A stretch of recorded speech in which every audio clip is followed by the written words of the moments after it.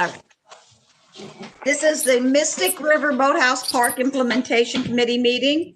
It's Monday, December 7th, 2020. It's 5 o'clock in the afternoon. I'm Sandy Tishier. I'm the recording secretary, and now I'll do a roll call. Is Rick Broberg here? No. And Mike Crowley? Here. Okay. Susan Cullen? Here. Deb Downey? She's here. Chad Frost is here? Yep. Here, yep. Chris, I can't say your last name. You said it perfect. I'm here. Gasserick? Got Sure. it. Fran Hoffman? You're here? Okay. Jim Kelly, did you make it? Nope. Jim Kelly was having trouble. Nick Keppel is here. He's in disguise somewhere there as Ben. Tim O'Brien. Mike O'Neill, Yep, is he I'm here? Yeah, you're here. Greg Perkins is here. Present. Steve Flanchon. I'm here. Rajab is here. Tom Switz. I'm here. Yep, you're there. And that's it. Sandy, I'm here. Catherine Burchinal. Oh, Catherine, did I miss you? I thought I called you. Okay. Good. All right. And Sandy, Chairman- just one thing, we're starting at 6, not 5. I believe you said Did I 5. say 5 o'clock? Oh my Yeah. gosh. It's the Mystic River Boathouse Park Implementation Committee meeting, Monday, December 7th, 2020, and it's 6 o'clock for the meeting. Chairman There's a Campbell. lot of background. Okay, Chairman Campbell, you can call the meeting to order. Yeah, I'll call the meeting to order and we'll commence with the Pledge of Allegiance. Okay. I pledge allegiance to the flag of the United States of America, to the republic for which it stands, One nation, under God, indivisible, with with liberty, liberty, and justice.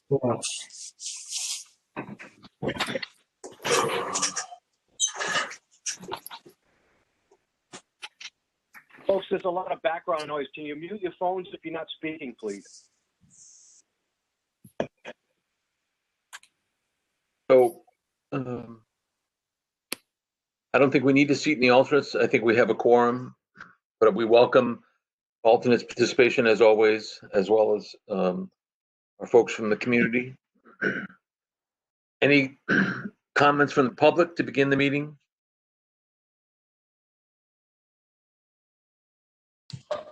I don't think there's anybody from the public here. Okay. Next, we'll move on to approval of the minutes of the November meeting. Everybody had a chance to review the minutes of the meeting? Motion to approve the minutes? Farouk moves to approve the minutes. Mike O'Neill moves to second. Any discussion on the minutes? My only comment, Sandy, is thank you for the excellent job of summarizing the minutes. It's not an easy task to capture a meeting without capturing every word, but describing the essence of what was going on. And so I think last month's minutes, like others before them, are very, very helpful for us and the public. So kudos for a good job on the minutes. Appreciate your efforts in that regard. Thank you. Thank you. Correspondence, I'm not aware of any correspondence. I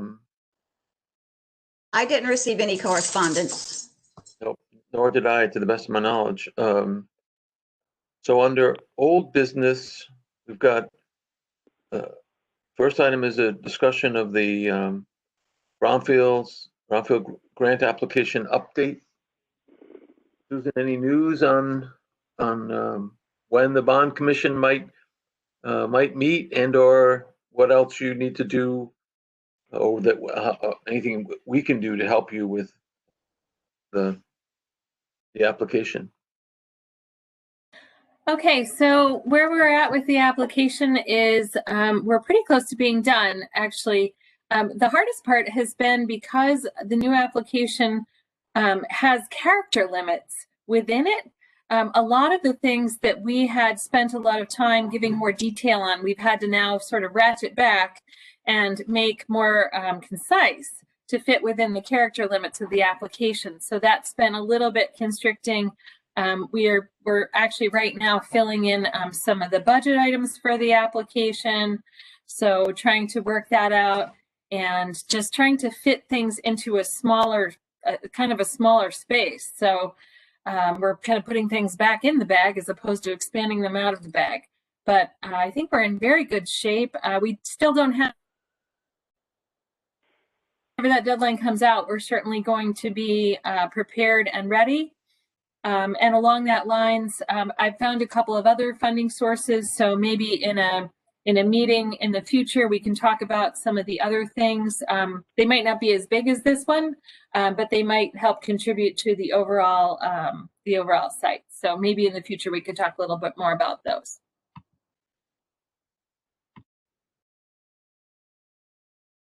Thank you, Susan.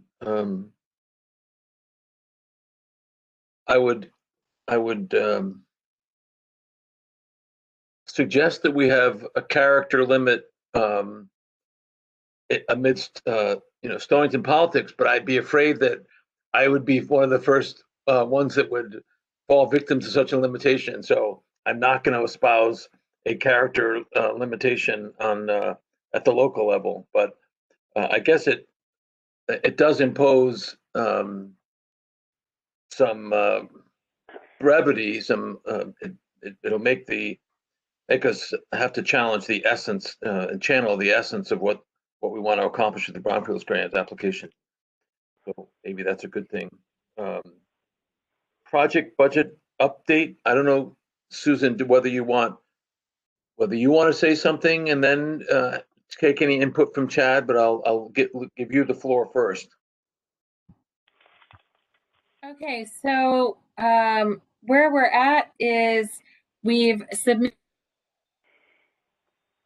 order to Don Friday. I don't have it back and approved from him yet, so we haven't been able to sign it. So whenever I get it back from him, we'll be able to sign it. I would assume fairly shortly thereafter, Chad's going to be billing us for all of those items, and then we're going to be at the town level drawing down the remainder of that money from the $200,000 assessment grant. So I'm assuming when you're talking about an update about money, we're only talking about that section. So I was just looking for the project being the $200,000 DECD grant portion of the project, the planning portion of it. Chad, do you want to add any color to this stretch run on the use of those funds? No, we've had a good Susan's been doing a lot of coordination, I would say, between the state and us trying to get that contract finalized. And while she's doing that, we are actively hammering on the work. There was a lot of work to be done. And so we started basically the day after our last meeting and been running pretty full steam. I can give you a little update now, or if you wanted me to do that later on what we've been doing and what we plan to finish up in the next couple of weeks. It's whenever you'd like. Oh, you're muted. Oh, that would be good. All right, perfect. So we've been running forward with a lot of plans and details. We have basically a whole new set of plans. As you all recall, basically the master plan is just a nice, pretty picture that we get to at the end. We had to develop the whole set of plans, the detailed drawings that go with it, and the engineering support that's behind it. We've been coordinating almost daily with our engineer, Mark from First Water Engineering, going back and forth on those details. We did set up the meeting between DEP and the Yukon Sea Grant people down on the site a couple weeks ago now, before Thanksgiving.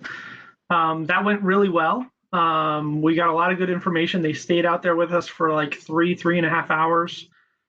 Showed them everything that we were hoping to do. I think it was really positive. The only surprise that we had in that meeting was we got a little bit of pushback on the size of the dock, the wraparound, pier that we've been talking about, which shocked us a little bit. We hadn't heard any concerns about that before, so we got a little bit of concern from them that we just are going to have to justify the size of that when we go through the coastal permitting for that pier. However, to support that, we have been looking at the angle of really touting it also as a fishing pier, because we've come to find out there's actually a very large sand flat just to the north, which a really healthy sandworm population. We get a ton of stripers that cruise up the river. And there was also a person from DEP Fisheries on site that day that really liked the idea of adding fishing and having the pier being a fishing pier in addition to a spectator pier and everything else that we've talked about. So we're looking into that. Additionally, the Sea Grant person who actually lives, she's a Stonington resident. She lives just down the street. She was pretty excited. It was her first time on site looking over the living shoreline details. We've had a lot of good interaction with them. We're looking to run some test cases out there over the winter on what we can do from erosion control standpoints. So we've had a lot of communication with them about the types of bags to hold our oysters in for oyster bags. We've talked about oyster bags, we talked about oyster castles. So this is where we just use the empty shells as basically a way to dissipate the energy right on the shoreline. Most of them have always been done in those like plastic mesh bags. Like if you were to buy clams at the grocery store or at the fish market, you get them in that kind of mesh bag that the water can flow through very easily. That's what everybody's used for a decade.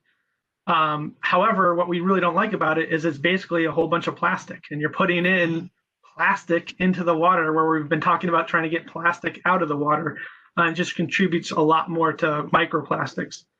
So we've been doing a lot of research into an alternative bag for that, and we actually have quite a few samples now at the office.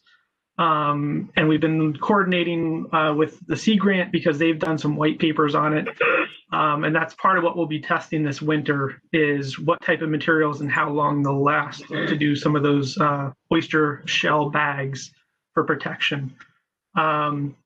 They also then, that contact at the Sea Grant also brought in a gentleman from the Pew Charitable Trust. Mm-hmm. And so they're actually really interested in the project. They got pretty excited about it. And he also sits on the board of the Atlantic Coast Fish Habitat Partnership. And so they're looking to, if we would like, they will evaluate the project and consider endorsing it as part of the whole Atlantic Coast as a priority project, which helps, again, just elevate us a little bit, give us more status when we're going to DEP, and hopefully open up some more grant avenues as well. Obviously, the Pew Charitable Trust we've all heard about. And so they're not that anybody's guaranteeing anybody money yet, but the more people we talk to, the higher up they kind of keep passing the chain, and more people keep getting excited and kind of coming out of the woodwork. So it's been a very productive month, and we've got 2-3 more weeks of really kind of pushing hard here to get everything wrapped up by the end of this month.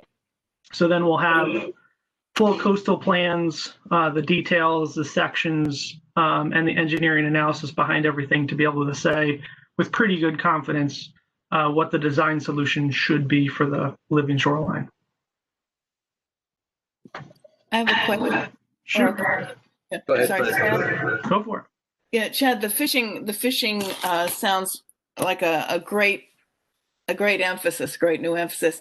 And I would always also, that dock is designed so nicely for like an outdoor classroom kind of thing, and just space for people to hang out and watch what's happening underneath. That I think for if you press the educational part of it too, I think that's a really important aspect. So I couldn't agree with you more. Definitely agree. It's how we designed it. And that's why I was surprised when we got a little bit of pushback from DEP that they were kind of saying, well, why does it have to be out over the water? Why don't you build the dock inside landward of the living shoreline. So you can look out and see the living shoreline and then look out and see the water. Why do you have to be over the water? And so, again, it was a little bit shocking. It's the only time we've heard it. I don't think it's going to be a huge obstacle, but it's good to know that we have, we need to provide enough evidence to justify why the pier is over the water and not just close to the water. Yeah, that's a lot of the excitement of it to see what's happening underwater. Yeah, It is. I would agree. I see Jim Kelly has joined us. Yes. Okay. Evening, Jim. Any questions of Chad?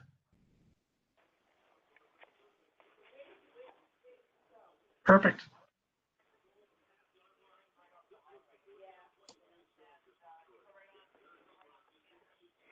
Okay, we'll move on to Park Management Subcommittee update.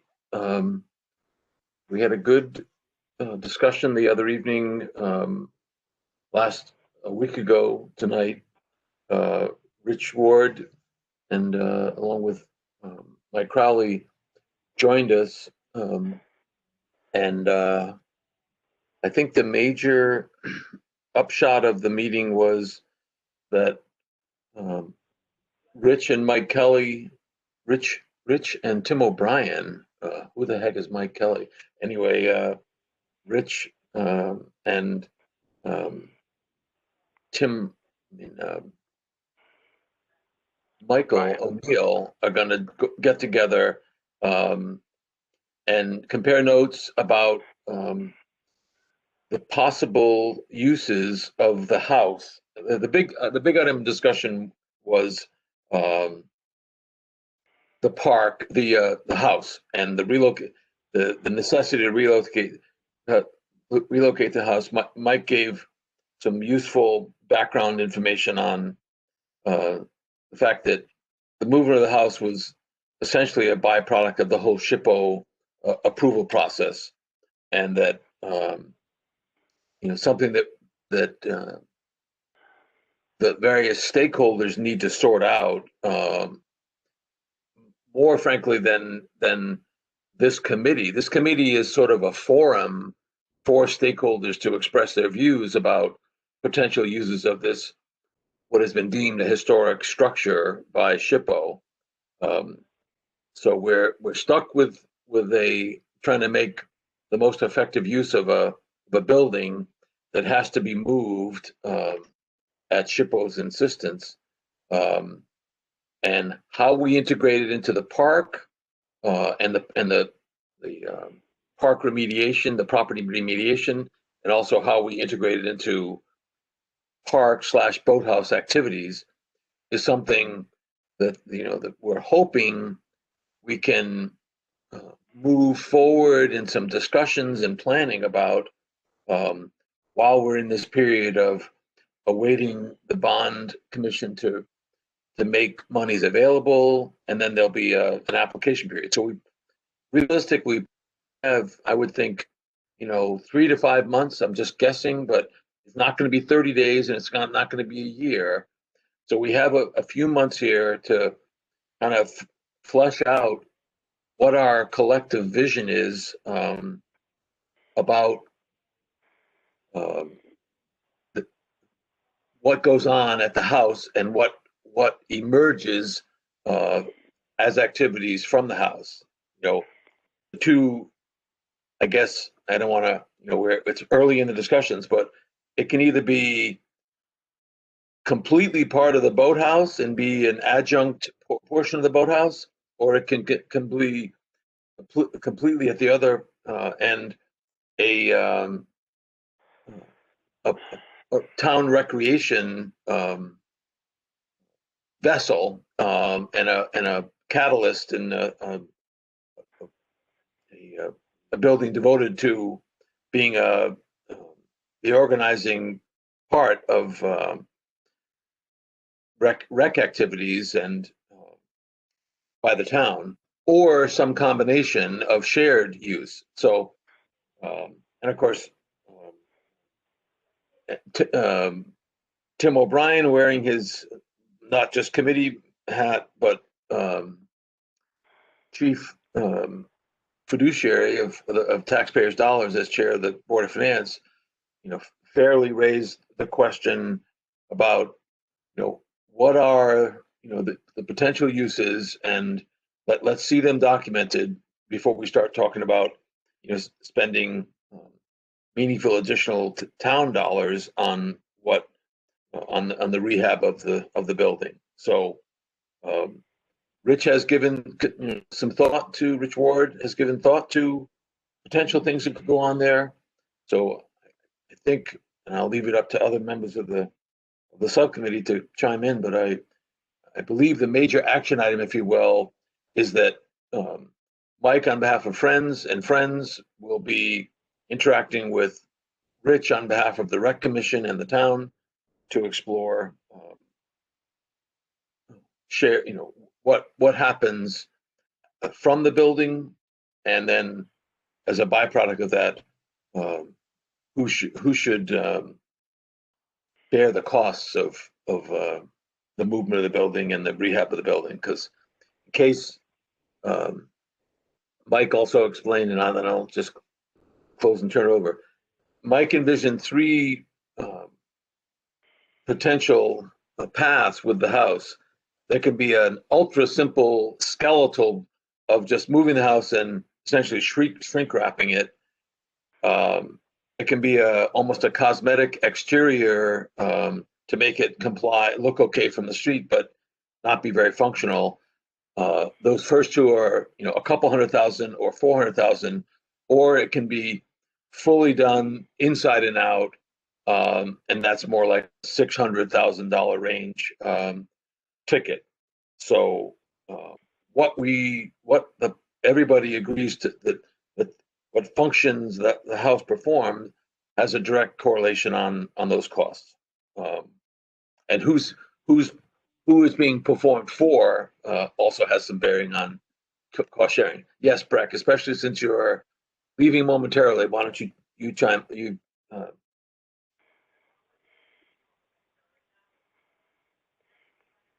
Breck, you're muted. So what was also discussed was that the town or the Department of Recreation needs to develop a program for the use of the building, so that what implementation would be developed for the building can then be priced, and we can figure out what that cost would be. But without the program, we can't really move forward. And so the Department of Recreation needs to tell us how they want to use the building. And so I think that was one of the other key factors that's what came out of that conversation in our last Monday's meeting, was that some development of a program has to be achieved. So we have some logical progression to move forward with the design of the building or then determine the budget for that implementation. Hey, Nick. Yes, Mike, go ahead. Mike, hey, listen. As far as recreation goes, we don't need that building. We don't need anything over there. Our stance was, Richie's stance was, if you put up a building and we can use a little bit of it, fine. But don't go out of your way. Anything concerning this building, it should be for the Boathouse people, and leave it at that. Don't worry about recreation. Just finish the way you were going. If it's only going to cost $700,000, I thought the number was higher than that. If it's only going to cost you $700,000 to move and build that building the way they want it, I would think Stonington Crew could raise $700,000. Is that unreasonable or not? But don't use recreation as a holdup for moving this building and building the building. We'll get by no matter what you do. I don't think, excuse me, this is Breck.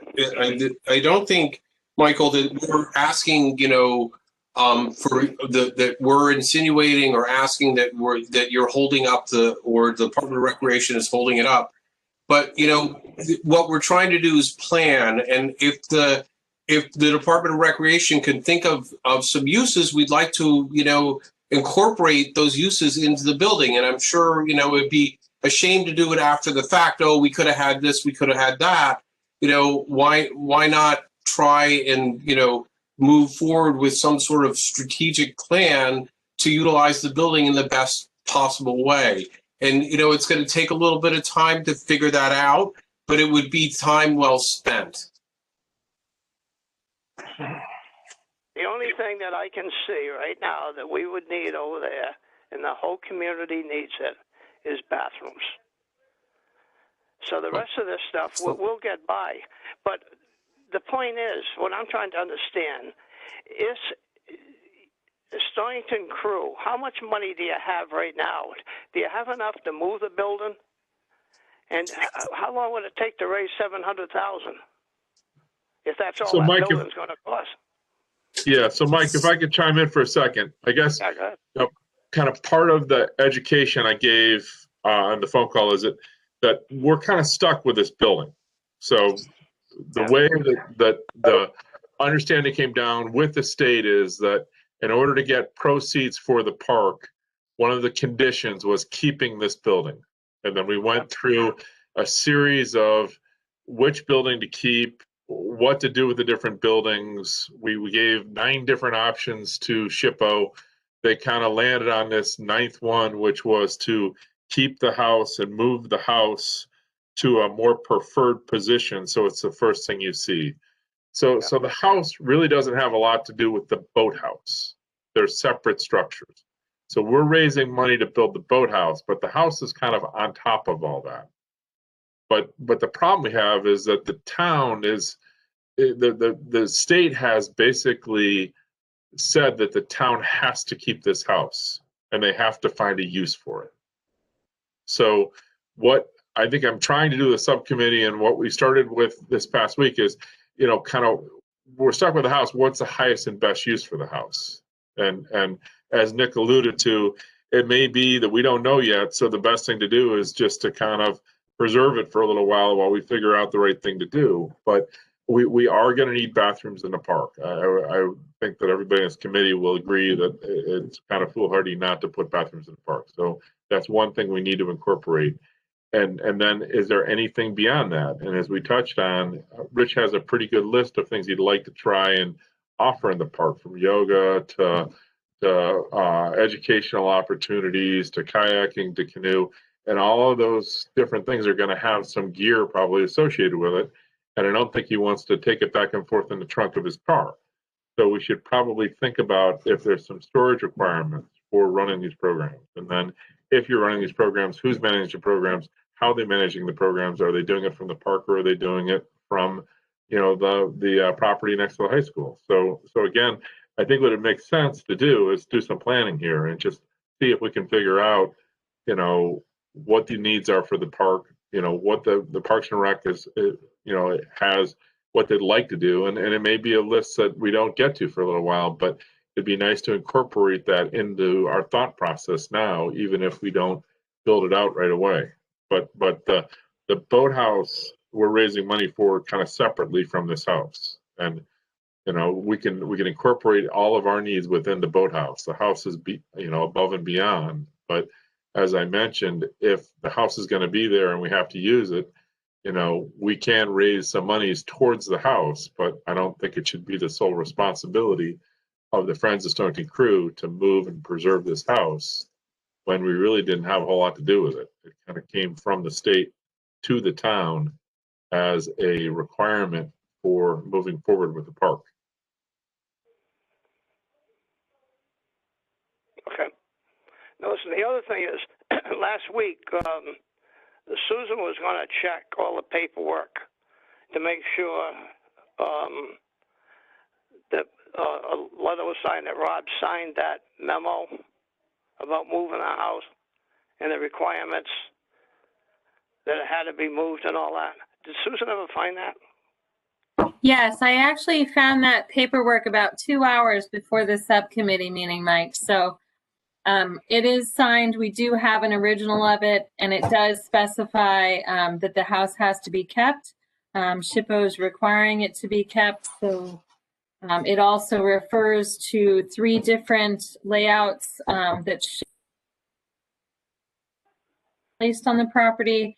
And so that made things a little more clear of what we have to deal with in terms of moving forward. So the other part that we really talked about at the subcommittee, and we're going to talk about again at the subcommittee next week, is the different buckets of money. And so when I say buckets, we're up to 9 now. So the first being the bond proceeds, so the $2.2 million that were used by resolution through the town to establish the park. And then in bucket 2, we have the $200,000 assessment grant that had to do with the RAP, ESA, stakeholder coordination, design development, the master plan, dealing with SHPO, the sub-veg study. So all of those things. And then we've got bucket 3, the potential brownfield remediation grant, which we don't know the exact amount for yet. I'm guessing it's going to be in the neighborhood of about $2 million. That grant can only be used once. It'll be used for remediation of the site. And then bucket 4 and bucket 5 are ones you haven't heard about yet. And those are newer things that I've identified that are smaller amounts of money. One could be used as a 1-for-1 match for the historic significant strings in terms of preservation, but it is a 1-for-1 match grant, and we would be able to meet all of those requirements. Bucket 5 that I've identified is a potential Long Island Sound Fund grant, which those you can get more than once. They're usually between $25,000 and $50,000, and we might be able to use some of those for the piers or the boardwalk or any of the public access pieces. So that might be a way we can fund some of those items. We also know that there are some, donations. There's Stonington Friends of Crew out there. We also are aware about, Chad's been doing some work this past couple weeks, talking with Connecticut Sea Grant and also with that charitable trust. So we're hoping between these 9 different buckets of money, we're going to be able to put together a package that meets, the budget that we need to be able to develop the park and do all of the things that, are associated with that master plan. Now, we always have to have that fallback that, the bond proceeds made sure that, we have to be able to at least establish the park, because that's what we promised our taxpayers. In fact, what we said to them was that we were appropriating that money for the evaluation, planning, acquiring land along Route 27 on the Mystic River, clearing, remediation, and demolition of structures, and construction of parking, sidewalks, and certain site improvements of said land for creation of a town park. And so that's what we authorized with the bond. So that's the very minimal thing that we need to accomplish here. And although we'd like to do all of the things in that master plan, in terms of the bond, that's what we need to start with to make sure that we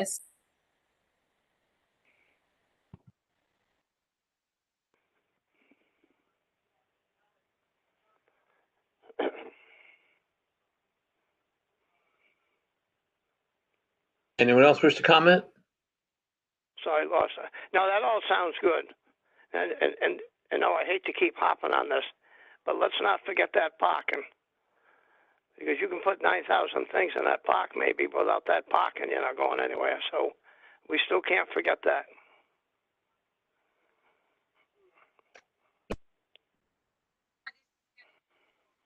Well, I think it's also important to recognize the benefits of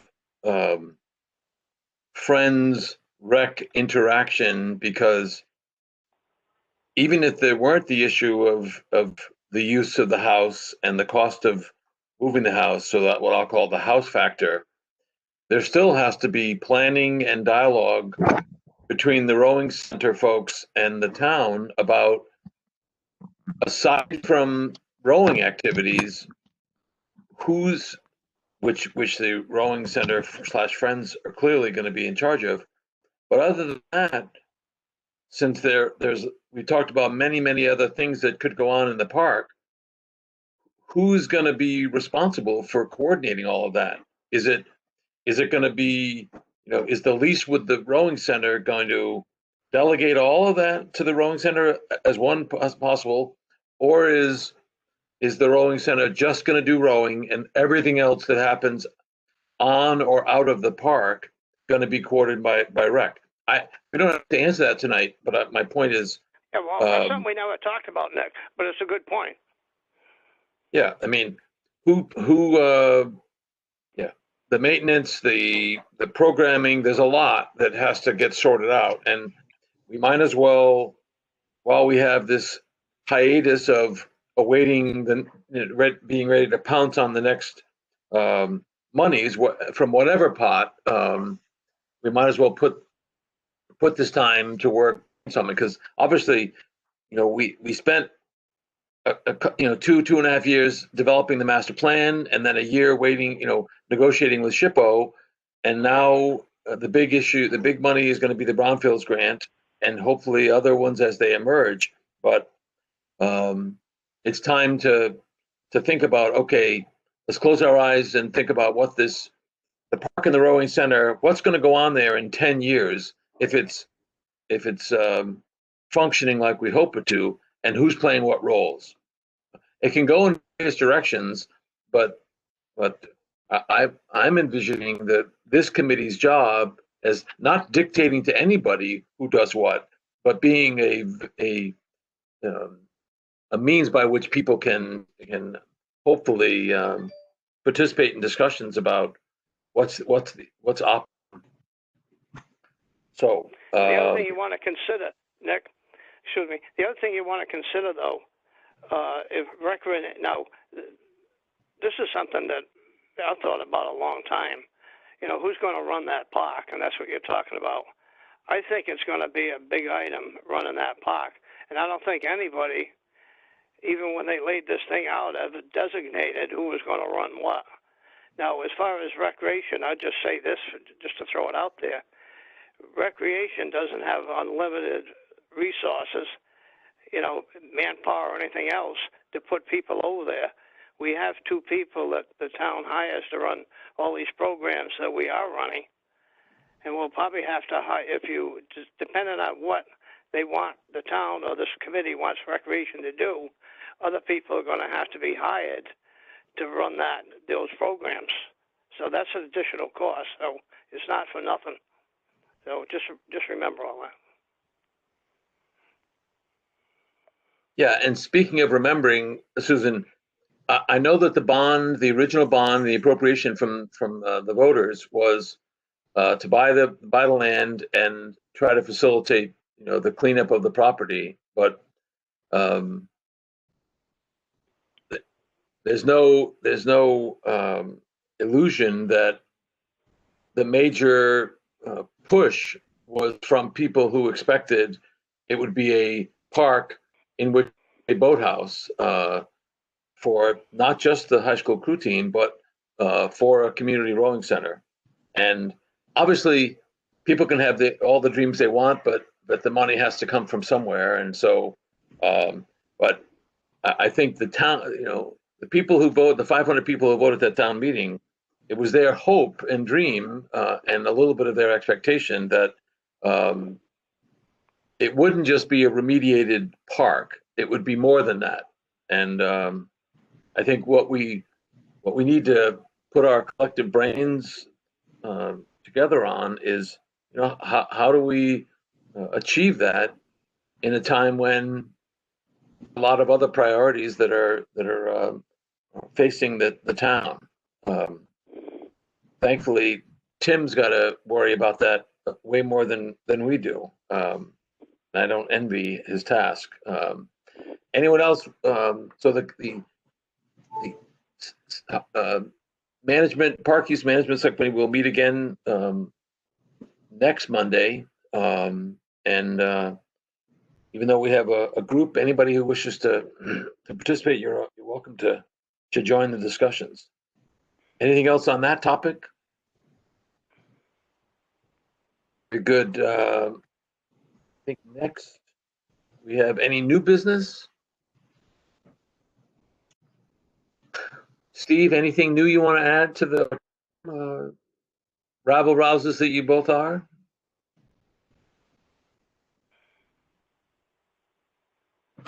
No? If I could figure out how to put the mute off, I'd be doing fine.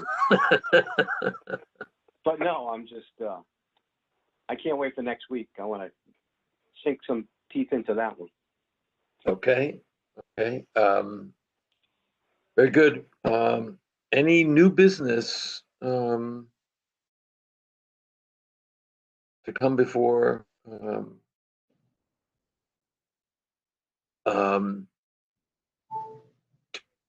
Mike raised the issue of parking, and I know, Susan, is there any news or thoughts about this somewhat delicate topic of Route 27 parking? And there was some discussion. I was at a meeting going back early this year, before you came on board, Susan, with the chair of the police commission and and Danielle about, and Chad, I think, was there about parking on 27. It's no secret that the police commission and police department have concerns about that. Chad has some notions about how it would actually, the parking would have an effect of slowing traffic. I make no pretense. I take, I leave it to others who know more about parking and traffic management than I do. But I think there was some discussion about exploring, if not doing a study, at least gathering some information about traffic counts just a little further north. So is there any other sense of, because that question I'm sure is going to come up again, directing that to you. Do you have any insight about? Okay, so Nick, this is something that we're actually talking about on an almost daily basis in the office. We've reached out to the police chief. We've also talked just in a very, slight way to a couple of the neighbors. We've talked about, could we go up and, share some space up at Rossi Field? Can we make some sort of agreement with the seaport? So all of these things are still being discussed and are in play. I don't have any, definitive answers for you yet. Well, thanks for your continued efforts to sort out those issues. Again, to me, that topic is just like the management of the park. While we have some what I would consider planning time, we should put it to good use so that once we get some brownfields money and things start to accelerate, where then people are going to want to get going and have activities and be ready to roll. And we, to the extent that we can, we should try to sort this stuff out. Hey, Nick. Yes. This is Mike. Hey, one more question. Now, we keep talking about planned activities for that park. Now, the other thing is, this is state money. Maybe Susan knows this, Debbie. Now, how about what I was visioning when we first started is that out of towners, you see, in the summertime, all these SUVs coming down. They got kayaks, they got canoes on the top of the boat, which I'm sure are going to want to use that right away, or that park. Are they going to be able to use that? Is that another thing we got to look at? That's, exactly so.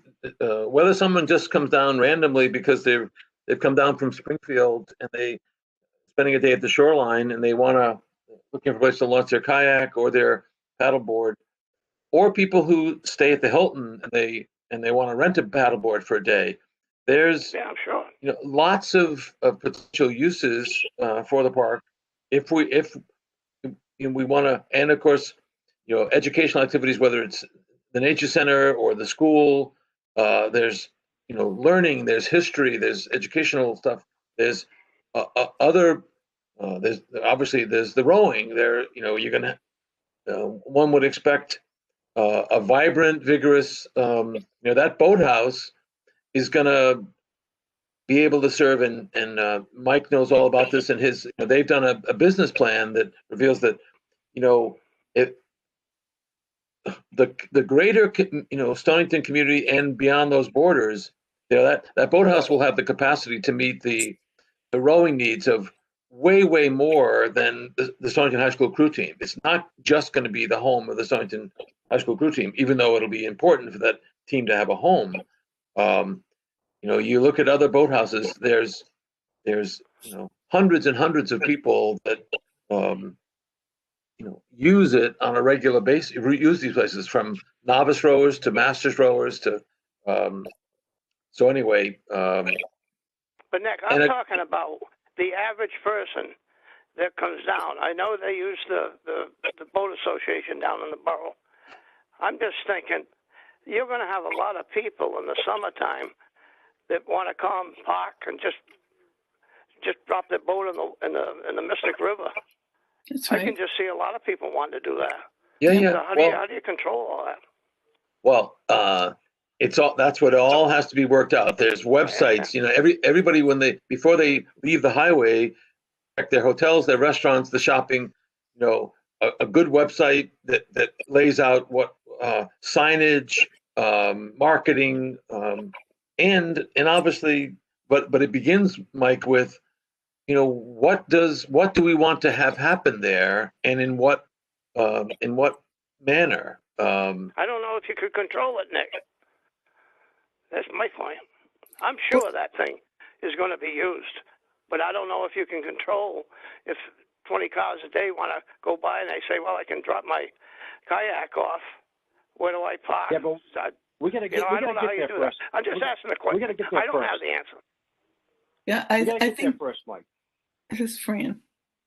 I just wanted to say that part of the application indicates the openness of the park to our tourist industry. And I think it's not a matter of, I guess there are two ways you can look at it, either trying to control it, and I'm not sure what exactly that is, or plan for it. And I think if we plan for it, we'll be in much better shape. No question. Yeah. Agreed. And of course, it also is, it's not going to be the world's biggest park. It's a modest parklet. But I do think we're going to have the passive and the landside stuff is going to be, clearly, Fran, I agree with you, going to have to be almost completely open. But it's the active recreation, the combination of rowing, paddling, canoeing, paddle boarding, that will need, where people are going to launch themselves, that will have to be, I think, I've never run a waterside program, but in reading about programs all over the country, there will have to be, strict rules, because, you go out onto the water in a vessel, just like the guy how about the guy that they found 52 miles off shore, up, clinging to his upside down 32-foot vessel a week or so ago. So when people go launch onto the water, there's all kinds of safety issues that have to be taken into consideration, that have to be, those do have to be controlled, much more so than, mom bringing or dad bringing his couple kids to the park to check out the living shoreline. That's why. A lot of work. Yep. All good stuff, though. Yeah. Any other new business? If not, we don't have still have any comments from the public, right? So I think unless anybody has anything else, we can adjourn and make it within an hour, which my dear friend, George Sylvester always used to say that, there shouldn't be any reason to keep a meeting past an hour. So I will be stop pleased. Talking, Nick. I know. Adjourn. Adjourn. I make a motion, we adjourn. All right. So moved by Mike. Any Second. seconds without any cracks? Motion's made and seconded. Hearing no discussion. So all those in favor signify by saying aye. Aye. Aye. Thank you all. Good evening, and thanks for taking your time on a December evening. Talk to you Have a next nice month. night. Thanks so much. Thank Bye now. Holidays, everybody. Thank you all. Happy holidays, everyone. Yes.